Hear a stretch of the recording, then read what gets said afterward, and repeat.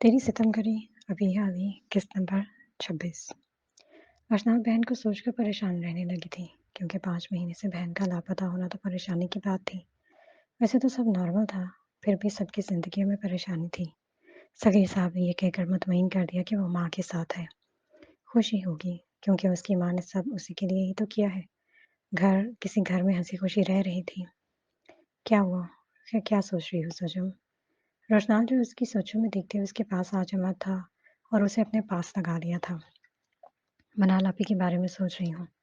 वो जो बैठी मैनाल और अपना मुवाजना कर रही थी उसके पास बेड पर आके बैठा तो वह उसके सीने पर सर टिका गई थी। वो कोई ऐसा वक्त होता जो तुमने गुजारा था। यार क्या पता वो अपनी जिंदगी में खुश और मगन हो, तो फजूल में मुझे परेशान करती रहती हो। वो इसके चेहरे पर सुकून सा हाथ फेर रहा था, मगर हर रोज इसका जिक्र सुनकर वो परेशान हो जाता था। मगर मेरा दिल नहीं मानता कि वो खुश है, और आप भी तो ऐसे कह रहे हैं जैसे वो आपकी कुछ नहीं लगती। वो बोली तो उदासी थी, खफकी से उसे परे हुई थी। वो सॉरी, मैंने ऐसा कुछ भी नहीं कहा। उसने बेबसी से सर पर हाथ रख लिया था। आज तुम्हारी दोस्त सारा मेरे ऑफिस में आई थी। कुछ वक्त बाद वो रिलैक्स हुआ तो उसे कुछ याद आने पे बताया था। किधर आई थी? मेरा पूछा था सारा ने। वो सारा का नाम सुनकर उसे सुनने को बेताब हुई थी। जोजो वो तुम्हारा ही पूछ रही थी। ना तो वो मेरी सहेली है और ना ही मैं उसके साथ एकेडमी में छुप छुप कर पढ़ाने जाता था। आपको कैसे पता चला? मुझे पता था वो कोई ना कोई राज खोल देगी। उसके पेट में तो कोई बात टिकती ही नहीं। वो पहले शौक हुई, फिर गुस्सा हुई। उस बेचारी ने मुझे कुछ नहीं बताया। मुझे नहीं था कि मेरी जोजो मेरा एहसान अपने ऊपर से उतारने के लिए बच्चों पे एहसान करने जाती थी और इनका ब्राइट फ्यूचर और ज़्यादा रोशन करके आई है। लेकिन फिर भी तुम्हारे वहाँ पे किए नुकसान मेरे ही पल्ले पड़े हैं। लेकिन वहाँ कोई ऐसा शख्स होता जो तुम्हें अकेला समझकर हरासा करता। लेकिन कभी सोचा था मेरी सोच में? तुम तो महज 10-12 हज़ार की खातिर मेरी कर्ज उतारने निकली थी, और अगर इसके बदले तुम कोई मेरा बड़ा नुकसान कर देती। मगर अल्लाह का शुक्र है, उसने तुम्हें हर शर से बचाया। इसलिए सख्ती करता था। मैं जानता था कि मेरी सोच में बोंगी सी है। वो सच्चाई बयान कर रहा था। अच्छा ना, सॉरी ना, ये बताएं सारा क्या कह रही थी? वो फिलहाल के लिए इसकी बात को नज़रअंदाज कर गई थी। उसकी शादी है अगले वीक में, इसलिए वो इनविटेशन कार्ड देने आई थी। है? सच्ची? मुझे लेके जाएंगे ना? वो आस भरी नज़रों से देखकर बहुत मासूमियत से पूछने लगी। अल्लाह जी, नहीं। मैं क्या अकेला पटाखे बजाने जाऊंगा? और तुम कहो तो छुआरे बांट के आऊंगा। पागल लड़की, तुम्हारे लिए ही तो जा रहा हूँ, वरना मेरा वहाँ क्या काम? उसकी बात सुनते रोशनाल का दिल किया अपना माथा पीट ले। अब बहुत अच्छी हैं, वो कहते उसके गले में के गिर्द बाजुओं का हार किया था। नहीं, बिल्कुल भी नहीं। रोशनाल ने एकदम उसे बेड पर गिराया और खुद उसके ऊपर साया फगन हुआ था। ये क्या कर रहे हैं? वो पूरी तरह हकरा के रह गई थी। उसे बिल्कुल भी अंदाजा नहीं था कि वो इस तरह करेगा। वो उसके मजबूत आहनी शीशे सीने के नीचे बिल्कुल दब के रह गई थी। रोमांस, वो उसे ये कहते हुए दुपट्टे को गले से निकाला और उसकी गर्दन पर छुप गया था। प्लीज प्लीज, आप तो बहुत अच्छे हैं ना? ये सुनते ही उसकी हिचकी सी बंद हो गई थी। नहीं, बिल्कुल भी नहीं। सोचो, मैं तो बहुत बुरा हूँ। आपकी बार नफ़ी में सरहनाते उसके निशानों पर अपने लब रखे थे जहाँ कुछ अरसे पहले जख्म दिए थे। अशनार में तो ताकत ही नहीं रही थी कि उसे कैसे रोक सके। वो शख्स मोहब्बत के मामले में बहुत बेबाक था। छोड़े। वो उसके बालों को खींचने लगी ताकि वो हट जाए। वो फिर भी नहीं हटा। अब की बार उसकी गिरबान को जोर से खींचा। रोशनाल का गुस्सा आ गया और उसके हाथ पकड़कर काबू किए जो हर रोज उसका मज़ा खराब कर देती थी। अब की बार रोशनाल झुका और उसके लफ्ज़ों को अपनी दस्तरस में लेता कुछ पल बाद हटा था। आप बहुत बुरे हैं। बिखरती सांसों पर काबू पाने की कोशिश करती अब की बार अपने ऊपर झुके रोशनाल के गिर्द बाहों के गले का हार बना लिया था। शुक्र है तुम्हें जल्दी समझ आ गई है। उसकी बात सुनकर खूबसूरत सा कहका कमरे में गूंजा था। अशनार ने उसे हंसते देखकर मुस्कुराइज होकर ऊपर होकर उसकी पेशानी पर लब रखे तो रोशनाल ने पीछे होकर उसके गाल के साथ अपनी बियर्ड तथा गाल रब किए थे। गंदे। अशनार को ऐसे उलझन हुई थी क्योंकि उसे दाढ़ी चुभती थी। उसे ऐसे लगा कि कांटे चुभे हों। वो तंग आ गई थी। रोशनाल ने उसे अपने गाल साफ करते और उसकी गुलाबी रंगत को देखा तो वो फिर से झुककर मायने खेज शरारत करता अपने और उसके ऊपर कंप्यूटर डाल दिया था। हसनाल जो वकार के बारे में पूरी तहकीक के लिए کر رہا تھا تو اسے تو یہ پتہ لگ گیا کہ وہ سٹی ہاسپٹل جو وہ روزانہ چکر لگا رہا تھا، لیکن وہ کارنامی شخص ابھی تک بے ہوش تھا۔ وہ جیسے ہی ایک روم سے نکلا، اسے سیڑھیوں پر منار کی جھلک محسوس ہوئی تھی۔ اس نے ایک دفعہ دیکھا، لیکن وہ سیڑھیوں سے اتر گئی تھی اور اس کے ساتھ بنے دوسری سیڑھیوں سے بھاگ کر اترا تھا۔ منال، منال! وہ اسے پیچھے سے پکار رہا تھا مگر وہ جوکر بھی تیز تیز چلنے لگی۔ وہ پھر بھی اس کے پیچھے بھاگ رہا تھا اور اس تک پہنچتے ہی اس کا بازو پکڑا تھا۔ وہ ایک جوان سی لڑکی تھی، پیچھے مڑی اور ایک زناٹے دار تھپڑ اس کو مارا۔ کیا بدتمیزی ہے، شرم آنی چاہیے تمہیں، شکل سے تو شریف گھرانے کے لگتے ہو۔ وہ لڑکی شروع ہو گئی تھی، یہ بھی نہ دیکھا کہ مخالف کس حال سے گزر رہا ہے۔ سوری سسٹر، مجھے لگا میری کوئی عزیزہ ہے۔ I'm really sorry۔ اسے لگا کہ وہ غلطی پر ہے، اس لیے معافی مانگی تھی۔ ایسے تو آپ کو اپنی عزیزہ ہی لگے گی، تو کیا ایسے ہی تھپڑ کھاتے رہیں گے؟ وہ تنزیہ ہوئی تھی۔ اگر اس عزیزہ نے مجھے جوتے بھی کھانے پڑے نا بیچ میدان میں، تو خدا کی قسم کھاتا رہوں گا، کھا لوں گا، مگر شرط یہ ہے کہ وہ مل جائے۔ اسے نم ہونٹوں پر مگر چہرے پر مسکراہٹ لیے کہا تھا۔ کیا اتنی محبت کرتے ہیں اس سے کہ ان کا ذکر کرتے آپ کی آنکھوں میں نمی آ گئی اور چہرے پر مسکراہٹ؟ اگر اتنی ہی محبت کرتے ہیں تو ان کو پرپوز کریں اور شادی کر لیں۔ وہ لڑکی متاثر ہوتے غصہ بھرا سے مخاطب ہوئی تھی۔ محبت تو ہوئی تھی لیکن اس کا ثبوت نہیں دے سکا۔ محبت میں تو قوت برداشت ہوتی ہے، محبت میں غصہ اور انائی نہیں چلتی۔ ایسے رشتے بے نام ہو جاتے ہیں۔ کیا آپ کی محبت مر چکی ہے؟ اس نے اس نوجوان کو اداس دیکھ کر مشکل سا سوال کیا۔ نہیں، مار دی ہے۔ محبت نہیں مرنی، میں نے مردہ کر دی ہے۔ وہ یہ کہتے تیز قدموں سے باہر نکل گیا۔ اپنے رشتے کی سچائی بھی نہیں بتا سکا تھا۔ سوری مسٹر، جو بھی تھا، مجھے تھپڑ نہیں مارنا چاہیے تھا آپ کو۔ وہ پیچھے سے بولی، مگر تب تک وہ تیز قدموں سے نکلا تھا۔ حسنال گھر پہنچا تو ماں اور بابا اسی کا ہی انتظار کر رہے تھے۔ کہاں تھے تم پچھلے 15 دنوں سے؟ وہ جیسے ہی لاؤنج میں پہنچا، صغیر صاحب جی گرجدار آواز آئی تھی۔ منال کو ڈھونڈ رہا تھا اور اس وقار نامے کے ہوش میں آنے کے بعد میں انتظار میں ہوں، مجھے منال کا کچھ پتہ چلے۔ اس نے بغیر کسی لگی لپٹی کے جواب دیا تھا۔ اور لگ گیا پتہ، پچھلے 5 مہینوں سے میں یہی سن رہی ہوں کہ تم اسے ڈھونڈ رہے ہو۔ اگر وہ تمہارے ساتھ زندگی گزارنا چاہتی ہے تو اس گھر میں پلٹ کر قدم ضرور رکھتی۔ کتنی بار بتا چکا کہ وہ اپنی ماں کے ساتھ گئی ہے، اب خوش ہوگی، کیا پتہ وہ اپنی ماں کے ساتھ اس ملک سے ہی چلی گئی ہو۔ کتنی دفعہ تم نے سمجھا چکے ہیں مگر تم تو پاگل ہو گئے ہو اس کے پیچھے۔ ہم سب تم سے کہہ رہے ہیں اپنی زندگی کو خراب مت کرو اور آگے بڑھو۔ ان کے ایک ایک لفظ میں سچائی تھی، اس لیے حسنا چند پل کے لیے خاموش ہو گیا اور جیسے ان کے کہنے منال کا ہی قصور نظر آ رہا تھا۔ وہ صحیح ہی تو کہہ رہے تھے کہ اس نے ایک بار بھی بخت بلا میں قدم نہیں رکھا۔ اس کا مطلب تو صاف تھا کہ وہ اس سے دور رہ کر خوش تھی۔ بڑھ جاؤں گا آگے، لیکن ایک دفعہ اس بے وفا کو خوشیوں بھری زندگی میں دیکھنے کی خواہش ضرور ہے۔ وہ تو ماں کے ساتھ ہی خوش ہے، جانتا ہوں، مگر اب بھی وہ میری پابند ہے اور کچھ حساب بھی کلیئر کرنے ہیں میں نے۔ کیوں تنہائی کا بوجھ سہ رہا ہوں؟ وہ دل کی کیفیت کو سمجھے بغیر بول رہا تھا۔ اور وقار کے ہوش میں آنے تک ہر روز ہسپتال جاؤں گا کیونکہ اس نے بہت ساری لڑکیوں کی زندگیاں خراب کی ہیں۔ حساب سے بنتا ہے نا؟ اور فکر نہ کیجیے، میں کام پہ بھی جاتا ہوں۔ محبت نے روک ضرور لگا ہے لیکن آوارہ نہیں ہوا یہ، فکر مت کیجیے گا۔ وائستگی سے کہتا لمبے لمبے ڈگ بھرتا اوپر چلا گیا۔ آج صبح سے ہی موسم ابر آلود تھا، رات کو بارش بھی اچھی خاصی ہو چکی تھی۔ وہ جو کام کر چکی تھی، اب اس کی طبیعت کچھ حد تک بہتر تھی، لیکن ہاتھوں پہ چھالے بھی درد کرتے تھے۔ وہ تو بختی اماں سے روٹی تندور پر سیکھتی رہتی تھی۔ وہ جتنے اسے منع کر لیتی لیکن اسے کوئی اثر نہیں ہوتا، کبھی ہاتھ جل جاتے تو کبھی زیادہ چلنے سے پاؤں سوج جاتے۔ وہ چھالے زدہ ہاتھوں کو پر کولگیٹ لگانے لگی۔ ویسے تو اس نے سارا کام کر لیا تھا۔ وہ جو ماں کو صبح کھانا کھلا کے آئی تھی اور ماں کے کمرے میں آئی تاکہ انہیں دیکھ سکے اور ان کے لیے کوئی چیز پکا کے رکھے۔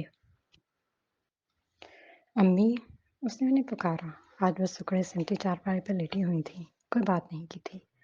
پچھلے 2-3 دن سے ان کو پاگل پن کا دورہ بھی نہیں پڑا تھا۔ اب تھوڑی وہ کوئی لفظ کہہ دیتی تھی۔ منالہ خوش تھی کہ اس کی ماں ٹھیک ہو رہی ہے مگر وہ یہ نہیں جانتی تھی کہ وہ مرنے کے لیے ٹھیک ہو رہی ہیں۔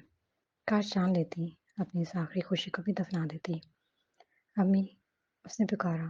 وہ تو پہلے کچھ نہ بولی تھی، اس کی طرف خالی خالی نظروں سے دیکھ رہی تھی۔ اس نے ان کا چہرہ تھپتھپایا تھا۔ अम्मी आप ठीक तो हैं ना? वो उसे देखती रही और ज़िंदगी का आखिरी लम्हा देखकर उन्होंने उसके आगे हाथ बाँध दिए। माफ़ी माँग रही हो, बोलने की काबिल तो वो रही ही नहीं थी। अम्मी, अम्मी क्या हुआ है आपको? वो उनके हाथ पे पैर मलने लगी जो कि ठंडे हो रहे थे। इनकी आँखों से कतरे मुसलसल गिर रहे थे। मुझे माफ़ कर देना अशना को कहना कि मुझे माफ़ कर दे।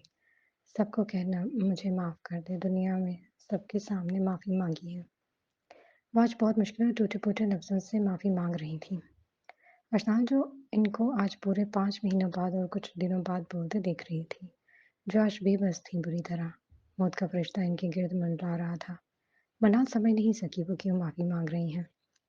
उसने उनके ठंडे होते माथे पर हाथ फेरा और घबरा गई थी और इनके आँसू साफ कर चुके थे। समीना बेगम ने उसके हाथ अपने आगे की ओर चूमे और बहुत ही शिद्दत और बेबसी से आखिरी बार देखने लगी थी। मनाल सोच रही थी वो कैसे किसी तरीके से इन लोगों को ले आए और इनकी माँ इनसे माफ़ी माँग ले, मगर ये कैसे मुमकिन था? मौत वक़्त तो बिल्कुल नहीं देखती और इसकी माँ भी ज़िंदगी से हार रही थी।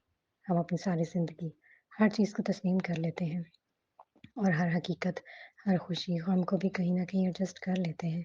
अपनी पूरी ज़िंदगी में हर चीज़ की प्लानिंग और सेटअप कर लेते हैं, मगर नहीं करते तो एक मौत की नहीं करते, जो एक तल्ख़ हकीकत में हर चीज़, ख़्वाहिश, हसद, जवानी, खूबसूरती को कुचलने के लिए तैयार खड़ी होती है। मौत तो किसी ज़ी-नफ़्स को नहीं बख्शती, असल हकीकत तो मौत होती है।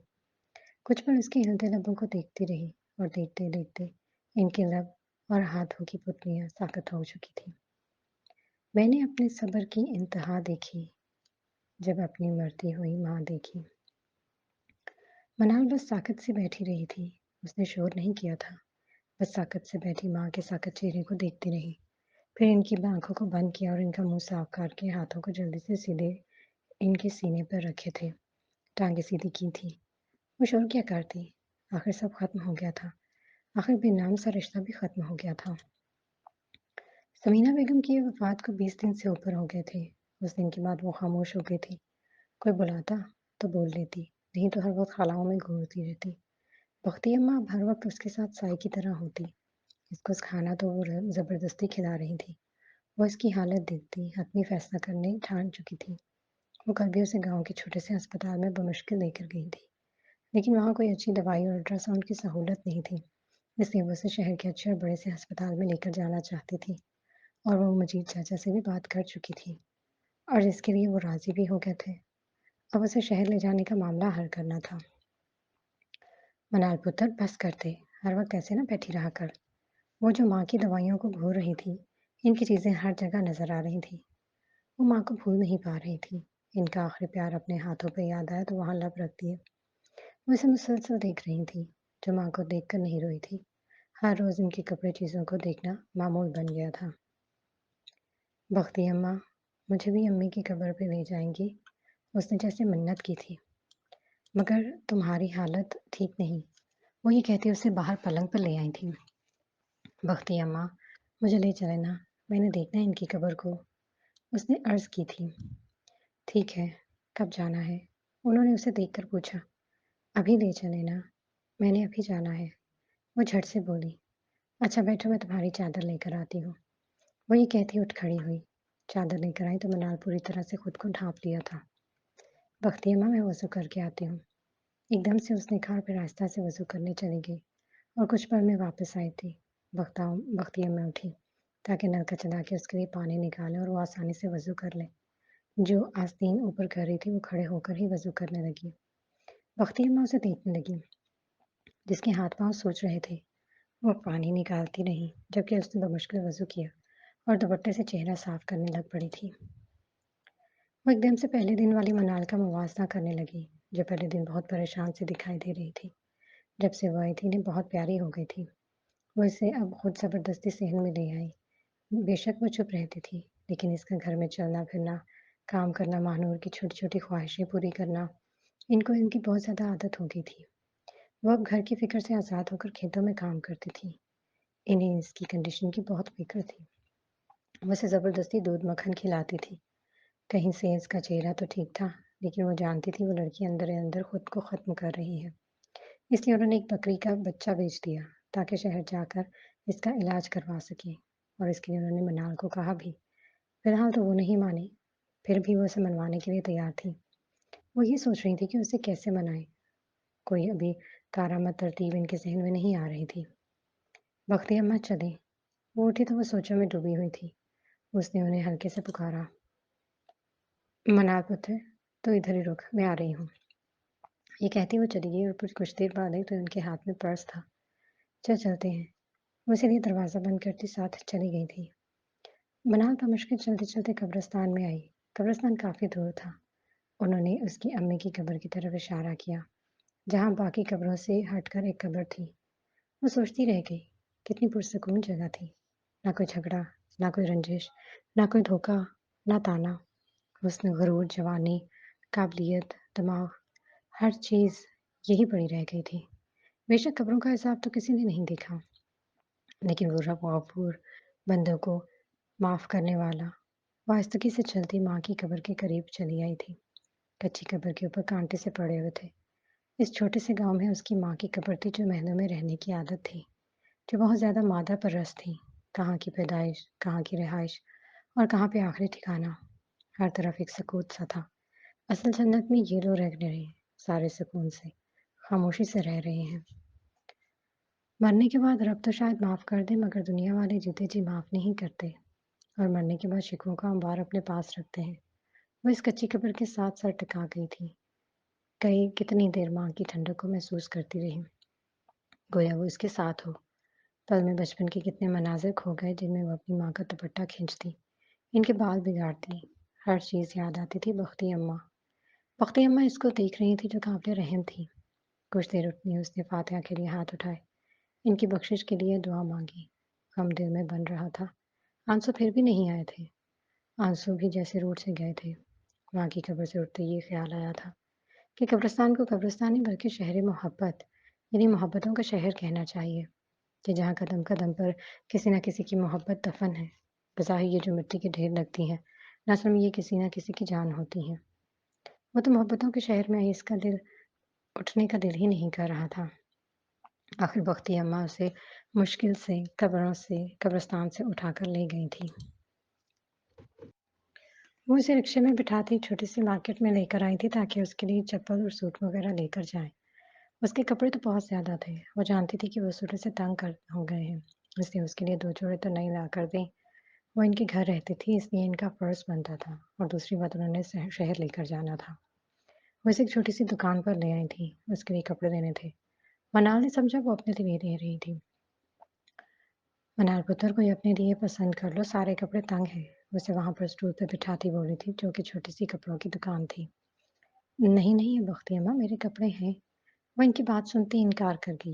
वो इन पर बोझ नहीं बनना चाहती थी, इसलिए मज़ीद नहीं कहा। ठीक है फिर, मुझे माँ मत कहना। उन्होंने ब्लैकमेल किया था।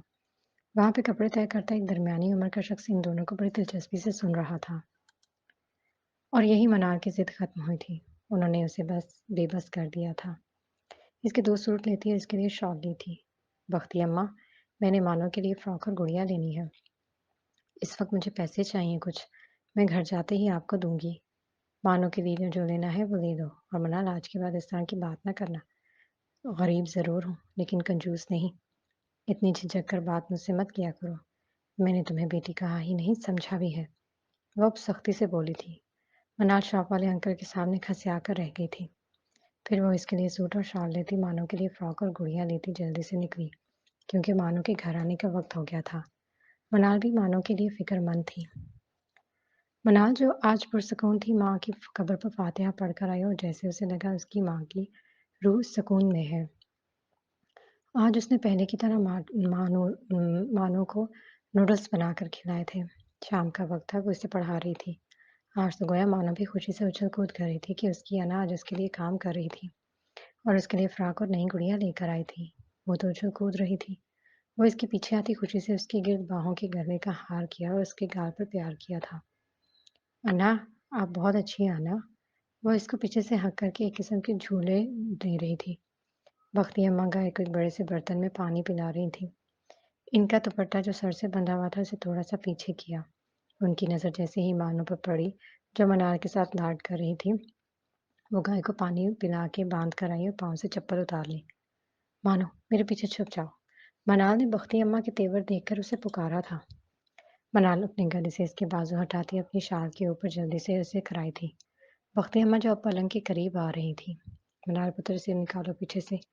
इसे लगाऊंगी तब ही ये सुधरेगी। हर वक्त ये तुम्हें तंग करती है। बहुत बिगड़ गई है ये।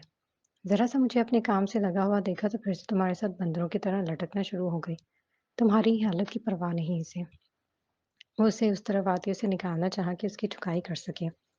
बख्ती अम्मा प्लीज नहीं, बच्ची है ये। उसने हाथ से उसके ऊपर रखी जो उसके पीछे छुपी बैठी थी।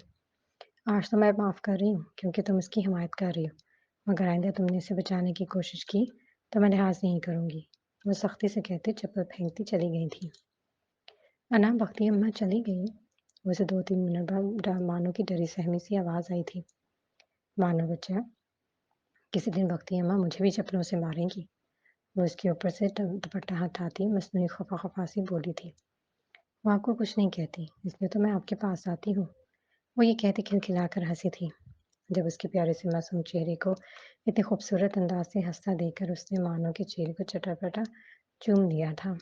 बख्ती अम्मा ने वापस पलट कर देखा तो वो इन दोनों को फिर से लाड करते देखकर नफी में सर हिलाती, चारे वाली चादर और दरांती लेकर गेट से बाहर निकल गई थी। चलो शाबाश, स्कार्फ और सिपारा लेकर आओ। वो उसे बाजुओं से पकड़कर उठाती हुई बोली थी और फिर मानो को उसने सिपारे के लिए भेजा और खुद सब्जी वगैरह काटने के लिए उठी थी। मैं जो पूछ रही हूँ उसका जवाब दो तुम। हुसन आरा नर्स पर चीखी थी। वो लड़का यहाँ क्या करने आता है? हुसन आरा जो नर्स के मुंह से जवाब सुनकर गुस्से से आग बगोला हो गई थी। वो कल भी यहाँ वकार को देखने आई थी जो अब ठीक हो रहा था। उसने भी उसे बताया था कि हसनाल मुख ने पूरी मीडिया को इन्वॉल्व कर लिया था। पुलिस भी 2-3 दफा चक्कर लगा चुकी थी। पुलिस ने उसे हिरासत में तो ले लिया था जिसका खदशा हुसन आरा को भी था। वो जो जर्नलिस्ट हसनाल बख्त थे और इन्वेस्टिगेशन करने आए थे और वो रोज आते हैं, इसमें इतनी हैरान होने वाली बात नहीं है। उन्होंने कहा है पेशेंट क्रिमिनल है मैम, और कल पुलिस भी आई थी, इसलिए हम पूरा पूरा साथ देंगे। आप हमें धमकियां मत दें, जो करना है वो करें। हम पर चीखने की बजाय खुद को ठीक करें। वो नर्स बगैर डरे पूरे एतमाद से कहती चली गई थी। पीछे खड़ी हसन आरा गुस्से से लाल पीली हो गई थी। तुम जो भी हो लड़के, मैं तुम्हें जिंदा नहीं छोड़ूंगी। तुम तो हमारी इन्वेस्टिगेशन कर पाओगे। तुम्हारी हकीकत तक पहुंचने से पहले ही तुम्हें ऊपर न पहुंचा दिया तो मेरा नाम हुसन आरा नहीं, जर्नलिस्ट हसनाल बख्त। वह मकरू अंदाज में हंसती वकार के रूम की जानिब बढ़ गई थी। मनाल बच्चे, ये मोहल्ले की दर्जन से तुम्हारी सलाई करा दिए हैं और कल तैयार रहना, तुम्हें सिटी हॉस्पिटल लेकर चलना है। मानो के दादा वो कह रहे थे कि अल्ट्रासाउंड के लिए उन्होंने नंबर लगवाया है, वो वहीं होंगे। तो मेरे साथ चलना, सुबह सुबह निकलेंगे तो वक्त से कल शाम तक घर आ जाएंगे। वो उसके कमरे में आती जल्दी जल्दी बोल रही थी। बख्ती अम्मा इसके सूट निकालती उसके हाथ में थमाती हुई बोली थी। कहाँ? सिटी हॉस्पिटल का नाम सुनकर मनार की जुबान एकदम से लड़खड़ाई थी। वो जहाँ से निकली वहीं जाने का सोचकर दम घुटने लगा था। अब तो पूरे महीने से माँ की जुदाई सहकर उसे हर रिश्ते से दिल भर गया था। लेकिन मैं इस खानदान में हरगिज़ कदम नहीं रखूंगी। पता है मेरा दिल करता है कि इसके पैदा होने वाले मासूम का सरपरस्त उसकी पैदाइश पे उसे देखे। लेकिन क्या करूं बख्ती अम्मा, मैं माँ हूँ, खुद गर्ज बन रही हूँ, क्योंकि मेरा ये आखिरी सहारा है। शायद इसलिए ही इसी सहारे के साथ जी रही हूँ। वो अपने दिल का डर वाज़ेह तौर पर बता भी नहीं पा रही थी। नहीं, अगर ये कल का पैदा हो गया तो मुझ पर बोझ नहीं मनाल। लेकिन फिर ये बड़ा होगा, तुमसे सवाल करेगा कि इसका बाप कौन है, तो क्या जवाब दोगी उसे? इसके बाप का हवाला उसके पास ना हुआ तो लोग फिर तुम पर उंगलियां उठाएंगे। ये माशरे की तल्ख हकीकत है। वो इसे बता रही थी कि अकेली औरत का जीना कैसे मुश्किल होता है। मैं अगर जिंदा रहूंगी तो जवाब दूंगी ना, और जिस दिन मैं मर गई उस दिन उसे उसके बाप के हवाले कर दीजिएगा बख्ती अम्मा। उसे कहिएगा इसका बाप हसनाल बख्त है, भेज दीजिएगा इसे अपनों के पास। वो फिर से तल्ख हुई थी। और अगर तुम नहीं जाओगी, खुद इलाज नहीं कराओगी, तो क्या ये दुनिया में आ पाएगा? मैं तुम्हारा बुरा नहीं चाहती, इसलिए कह रही हूँ। बस तुम कल मेरे साथ जाओगी। कल कल को कुछ हो गया तो इसका बाप तुम्हें माफ कर देगा, और जितनी बदगुमान वो है, खताकार तो वो तुम्हें ही समझेगा। इसकी बात सुनकर वो काम कर रह गई थी और मुस्बत में सर हिलाया था। कह तो वो ठीक रही थी। वो इसके साथ जाने के लिए राजी हुई थी। बख्ती अम्मा मानो को भी साथ लेकर जाएंगी। اس نے اس لیے پوچھا کہ وہ اس کے کپڑے تیار کر دے گی۔ نہیں، اسے میں حلیمہ کی ماں کے پاس چھوڑ دوں گی، فضول میں تنگ کرے گی۔ منال نے اب اسے اپنے آپ کو وقت کے دھارے پر چھوڑ دیا تھا۔ میم، اب اوپر روم نمبر 4 میں چلی جائیں، ڈاکٹر ناز آپ کا چیک اپ کریں گی۔ وہ بختی اماں کے ساتھ ہاسپٹل آئی ہوئی تھی۔ اسے چلنا نہیں ہو رہا تھا لیکن پھر بھی وہ چل رہی تھی۔ صبح سے دوپہر کا وقت ہو گیا تھا، وہ بری طرح ہلکان ہو گئی تھی۔ پسینہ بار بار چہرے پر آ رہا تھا جو بختی اماں اپنے دوپٹے سے پونچھ رہی تھی۔ اس کا چہرہ سرخ لال ہو رہا تھا، سانس بھی مشکل سے لے رہی تھی۔ ریسیپشن پہ کھڑی لڑکی کی بات سن کر منال رونے والی ہو گئی کیونکہ وہ بمشکل یہاں تک چل کے آئی تھی۔ صبح سے اوپر سے نیچے چکر لگا رہی تھی۔ بختی اماں، مجھ سے نہیں چلنا ہو رہا، اور گائناکالوجسٹ کا روم بھی اوپر ہے۔ وہ ان کے پاس بیٹھتی چپل سے پاؤں نکالتی تھکے تھکے لہجے میں بولی تھی۔ اتنے میں مجید چاچا ان کے لیے ہاتھ میں جوس اور کوئی چیز لے کر پاس آئے تھے۔ یہ لو، اور میں باہر ہوں، میری ضرورت پڑے تو مجھے بتا دینا، وہ چیز تھماتے ہوئے بولے اور پھر باہر چلے گئے تھے۔ منال، تمہارے پاؤں تو بہت سوج رہے ہیں، وہ فکر مند انداز میں کہتی ہوئی دیکھنے لگی جس کے سفید پاؤں پر نظر ٹکی۔ سفید پاؤں پہ لال لال سے نشان تھے۔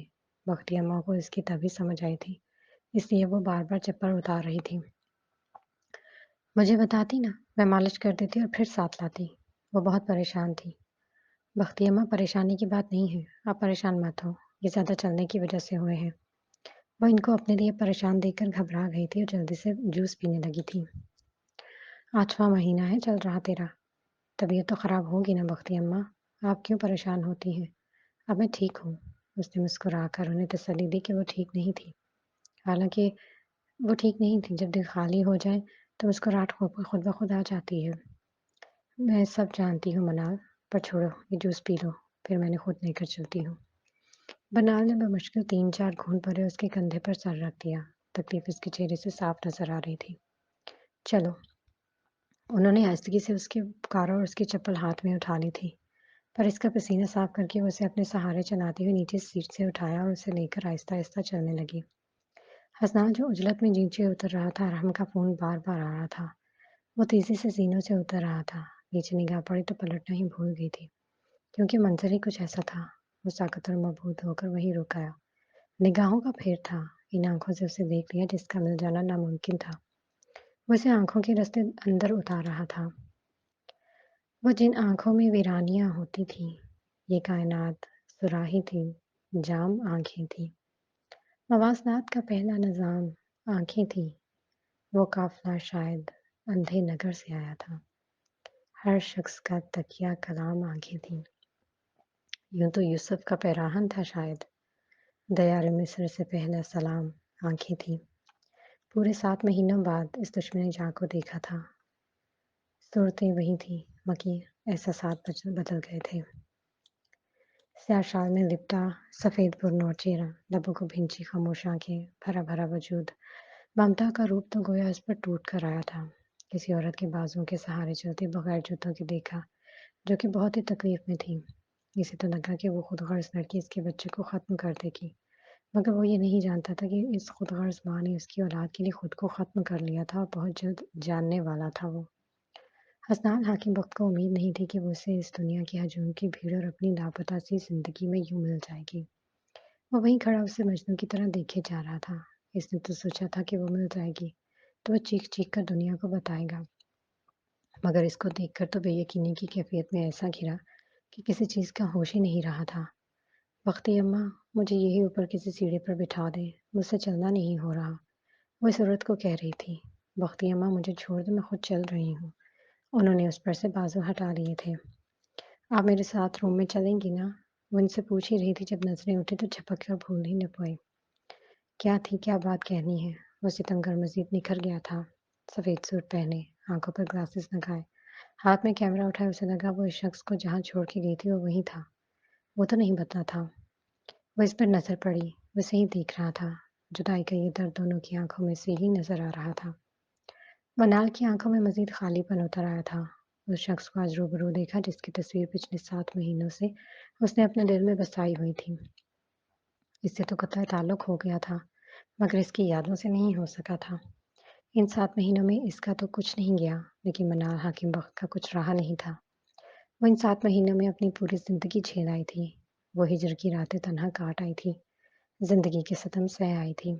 شخص کو دیکھا تھا تو ان آنکھوں میں نمکین قطرے چمکنے لگے تھے۔ دونوں ایک دوسرے کو تعلق سے دیکھ رہے تھے۔ وقت جیسے رک سا گیا تھا۔ وہ اسے بہت کچھ بتانا چاہتی تھی۔ اسے اپنے اوپر گزرے درد سنانا چاہتی تھی، مگر اس شخص نے سنا تو دیکھا بھی، اس کی نگاہوں میں نہیں تھا۔ وہ تو اس وقت محبت کا امتحان لینے کے چکروں میں تھا، اور محبت کے اس چکر میں منال حاکم وقت کی ساتھ بری طرح سے بکھیر کے رکھا تھا، جس کا خمیازہ تقدیر نے اس کی قسمت میں لکھ دیا تھا۔ اس کی نگاہوں میں دل چیر لینے والے شکوے تھے۔ اتنا درد تھا کہ اسرار پر صرف اس کی آنکھوں کو دیکھ کر فریز ہو گیا تھا۔ مجھے یاد ہے، کبھی ایک تھے، مگر آج ہیں ہم جدا جدا۔ وہ جدا ہوئے تو سنور گئے، ہم جدا ہوئے تو بکھر گئے۔ کبھی رک گئے، کبھی چل دیے، کبھی چلتے چلتے پھٹک گئے۔ یوں ہی عمر ساری گزار دی، یوں ہی زندگی کے ستم سہے۔ کبھی نیند میں، کبھی ہوش میں، تو جہاں ملا تجھے دیکھ کر، نہ نظر ملی، نہ زباں ہلی، یوں ہی سر جھکا کے گزر گئے۔ کبھی زلفیں، کبھی چشم پر، کبھی تیرے حسین وجود پر۔ وہ جو پسند تھے میری کتاب میں، وہ شعر سارے بکھر گئے۔ کبھی عرش پر، کبھی فرش پر، کبھی ان کے در، کبھی در بدر۔ غم عاشقی تیرا شکریہ، ہم کہاں کہاں سے گزر گئے۔